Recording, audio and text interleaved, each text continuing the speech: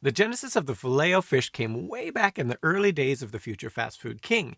In 1960, at a small McDonald's restaurant in Montfort Heights, Ohio, the owner of the franchise, named Lou Groen, a former homeless teen who worked his butt off to better his life, was struggling to keep his restaurant open. Unfortunately for Groen, this was a time when pretty much no one had heard of McDonald's, and he was competing with a lot of other restaurants that sold more or less the exact same thing he sold: burgers. As a result of all of this, this hardworking father of two was barely able to keep the then fledgling franchise location open. As Groen would later recall, "I was struggling. The crew was my wife, myself, and a man named George. I did repairs, swept floors, you name it." Needless to say, despite working from sunup to sundown and relying on the free labor of his family, times were tough, especially on Fridays, a day which would normally be the most lucrative day of the week for most restaurants. You see, Groen's restaurant was located in an area that was 87% Catholic. At that time in the United States, most Catholics abstained from eating land or air-based meat products every Friday of the year, not just during certain days of the week during Lent, as is more common today. The result, according to Groen, his restaurant barely grossed $75 a Friday. After factoring in franchise cuts, product costs, building bills, etc., he might as well have just started closing on Fridays.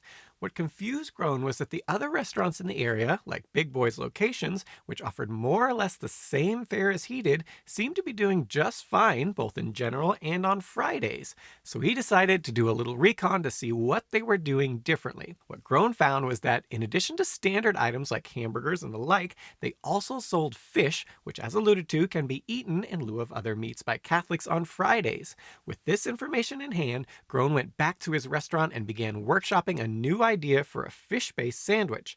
After a lot of experimenting, he came up with a recipe for a battered halibut patty that would form the basis of the Filet-O-Fish. But operating under the McDonald's banner, he couldn't just put it on the menu. So in 1961, Groen tried to pitch the idea to Ray Kroc, who immediately shot him down.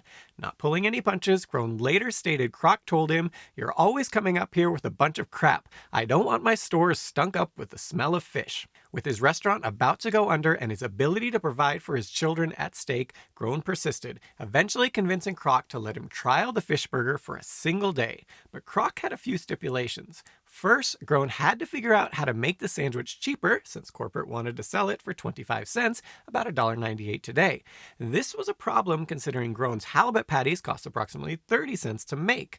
Groen addressed this by substituting the halibut for cheaper Atlantic cod and adding a single slice of cheese for extra flavor.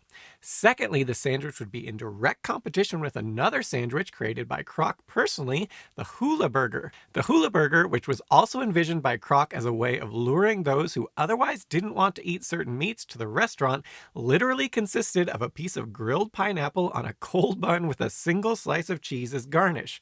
Despite sounding questionably appetizing, Kroc was convinced that it would be a huge seller and confidently proposed a challenge.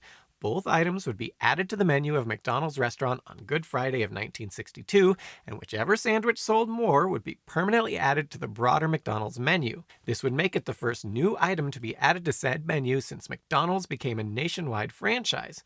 When Good Friday of that year rolled around, as Green predicted, his Filet-O-Fish was a huge hit, selling 350 sandwiches in his franchise location that day. As for Kroc's pineapple burger, Groen stated, "I called in McDonald's and asked, how many sandwiches did Kroc sell? They said, I can't tell you. They asked, how many did you sell? I said, 350. Then they said, it's on the menu." While Groen never found out how many of the Hula Burgers were sold, the rumor mill has it that the number was around half a dozen sandwiches.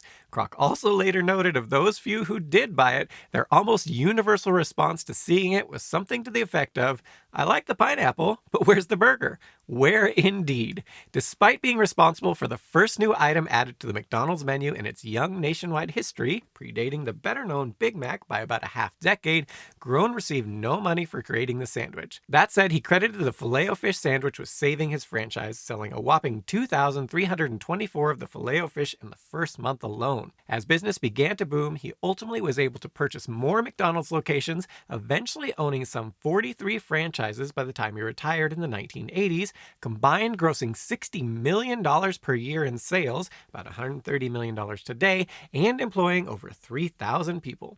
Needless to say, he retired a very wealthy man, though given his hardworking nature, he chose not to settle down until his body made him, continually dabbling in various business ventures until a few years before his death on May 30th, 2011, at the age of 93. As he said in an interview in 2005, while recovering from back surgery and shortly thereafter breaking his hip while on vacation, "I'm at life at 88 years of age and I'm bored. I see opportunities all around me, I drool. But Father Time is telling me, buddy, you've had your fling, forget about it."